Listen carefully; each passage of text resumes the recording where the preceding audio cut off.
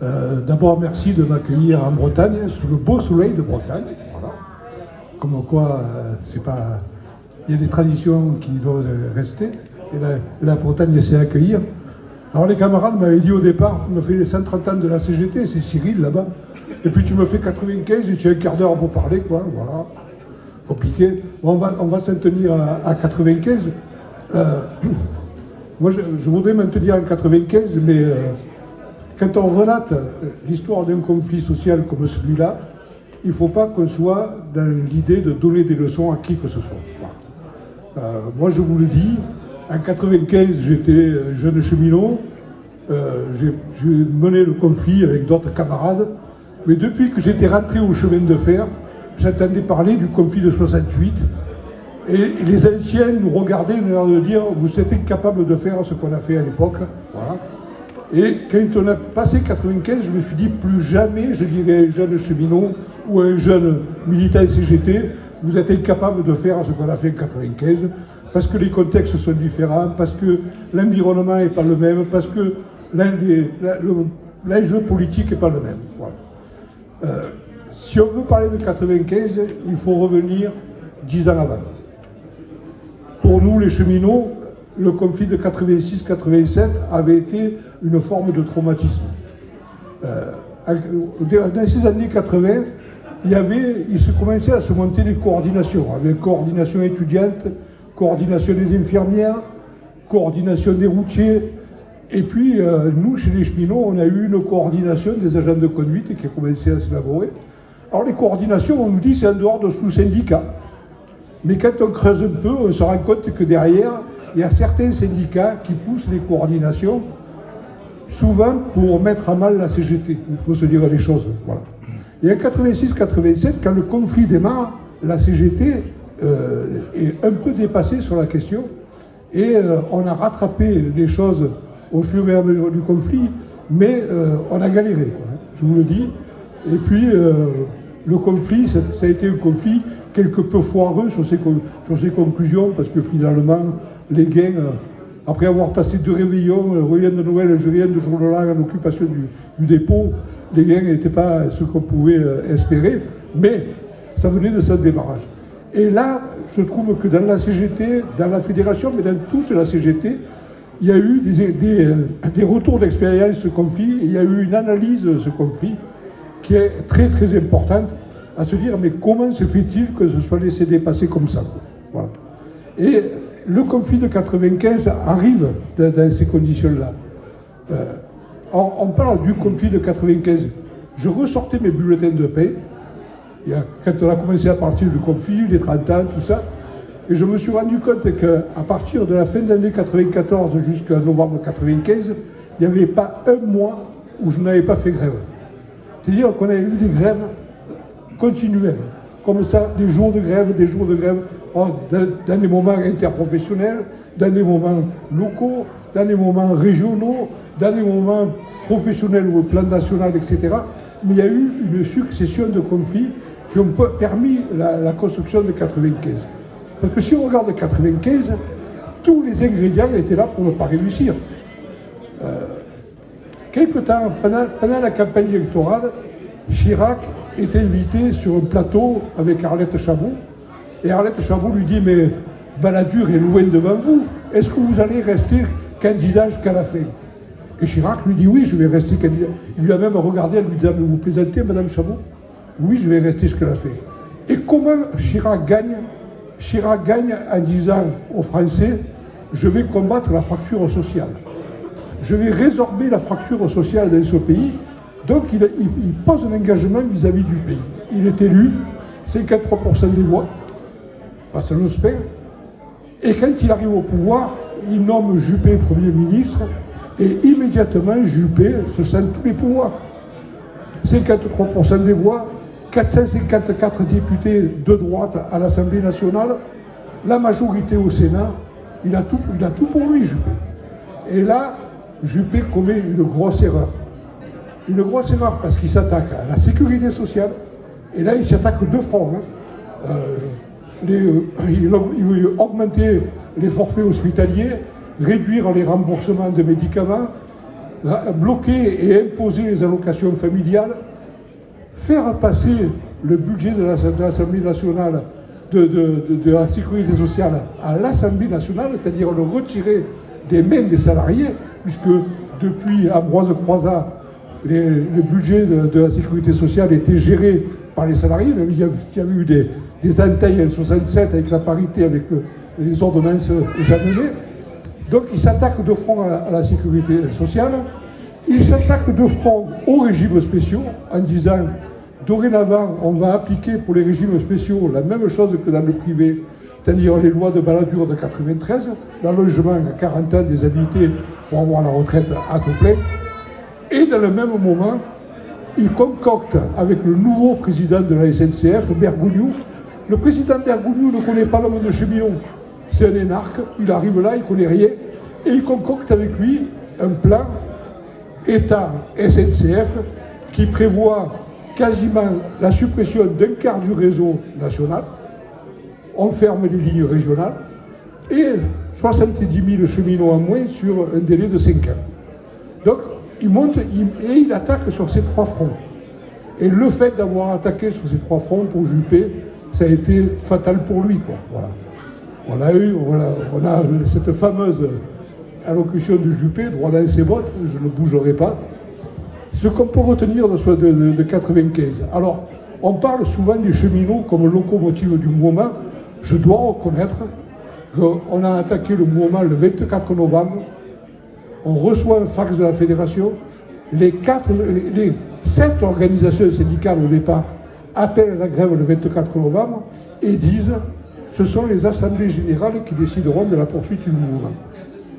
Et là, immédiatement, les assemblées générales se réunissent et décident, on rentre dans une grève reconductible. Alors oui, il y a cette forme de locomotive du mouvement. Mais je n'oublierai jamais le lieu où j'étais, que les électriciens gaziers ont fait des grèves mémorables, qu'à la FAPT, il y a eu des grèves mémorables, qu'à la RATP, même s'ils sont rentrés un peu en retard, il y a eu des grèves importantes, et que dans de nombreux secteurs, il y a eu des grèves importantes. Et là, je me disais, mais ça représente quoi ce tout ensemble de 95 ? Ce tout ensemble de 95, pour moi, il y a 3 facteurs. Le premier facteur, c'est, chez les cheminots, on avait toutes les organisations syndicales qui étaient dans l'action. Alors, plus ou moins, un socle plus ou moins élevé, mais quand même, il y avait à peu près 80% de grévistes à l'exécution, environ 50% de grévistes chez les maîtrises, les agents de maîtrise, et 30% chez les cadres. Deuxième tout ensemble, c'est tout ensemble interprofessionnellement. Et les journées de temps fort, c'était des journées mémorables, quoi. Il y avait des manifestations gigantesques, et chaque fois, les manifestations montaient. Le troisième tout ensemble, c'était le soutien de la population. Le gouvernement, les médias, dans les premières semaines, ont tout fait pour que la population soit contre les grévistes. À partir du lundi, il ne circulait plus un train en France. Il n'y avait plus un train qui circulait en France. Ils ont tout fait pour faire monter la population contre les grévistes. Et au bout d'une semaine, 10 jours, ils ont été obligés de se rendre compte que la population soutenait les grévistes à une large majorité. D'ailleurs, à cette époque-là, Bernard Thibault disait il n'y a pas longtemps, on a été écologiste avant l'heure, on avait inventé le covoiturage. Il n'y avait que les voitures pour circuler. Hein, voilà. Donc, il n'y avait plus de métro à Paris, plus de trains, etc. Donc, le tout ensemble, c'est ça aussi, un soutien populaire. Et ce soutien populaire, il était basé sur un fait, c'est qu'on attaquait la sécurité sociale et Chirac avait trahi son électorat. Quoi. Voilà. Donc, quand on dit une grève, pourquoi elle a marché, il faut qu'il y ait tous ces ingrédients de réunis. Il faut qu'il y ait cet ensemble qui soit construit. Alors effectivement, Juppé passe à la télévision et Juppé dit « Tant qu'il n'y aura pas 2 millions de personnes dans la rue, moi, je reste droit dans mes bottes. » Alors on a lancé le Juppéton, c'est-à-dire qu'on a dit « Eh bien, on va créer les conditions que dans les manifestations hebdomadaires, on fasse monter la sauce pour qu'on arrive à dépasser ces 2 millions de personnes dans la rue. » Et on a dépassé ces 2 millions de personnes dans la rue lors des temps forts. Alors, une grève reconductible de 3 semaines, ceux qui ont connu des grèves reconductibles, il y a quelques-uns dans la salle, c'est jamais facile. Hein. Il faut occuper les grévistes tous les jours. Hein. Faire des initiatives. Nous, moi j'étais à Nice à cette époque-là, j'ai mené ma grève sur Cannes de l'Avocat. On a monté une voie ferrée devant le palais des congrès, le palais des festivals, etc. Enfin, tous les jours, il fallait inventer quelque chose. On avait le gérant du buffet de la gare qui avait fait un article dans Nice ce matin, où dans les premiers jours, où il vilipendait les cheminots. Hein. Il nous traitait de tous les noms, alors qu'on le faisait vivre tous les jours, quand même, ce garçon-là, le buffet de la gare. Hein. Mais dans la nuit, on a monté des quérons, et le lendemain, il n'a pas pu me rentrer dans son bar, parce que, voilà, le mur était fait devant ses portes. Voilà, il fallait occuper tout le monde, et on a occupé tout le monde pendant 3 semaines, mais ce que je raconte là, c'est passé dans tous les endroits de France, et comme ça a dû se passer ici, à tel point qu'il y a eu un autre fait marquant, c'est le 3 décembre, c'est Nota qui invite sur un plateau le président de la SNCF, Bernard Thibault, dans un débat, dans un échange. Et Bernard Thibault, ce jour-là, l'a mis, le président de la SNCF. Il l'a mis par terre. Mais ce mec-là ne connaissait rien au chemin de fer. Donc, je ne dis pas que ça a été facile, il fallait avoir les talents de Bernard Thibault. Mais il l'a mis par terre, et ça avait quand même marqué la population, à tel point que, arrivé le 14 décembre, la Fédération des cheminots, et puis essentiellement, est convoquée chez le ministre des Transports, c'était Ponce, la ministre déléguée pour le chemin de fer, c'était Hydrac, et là, un moment historique, vous dira Bernard Thibault, c'est la Fédération des cheminots qui dicte l'accord au ministre des Transports, quoi. Et l'accord de fin de sortie de grève. Voilà.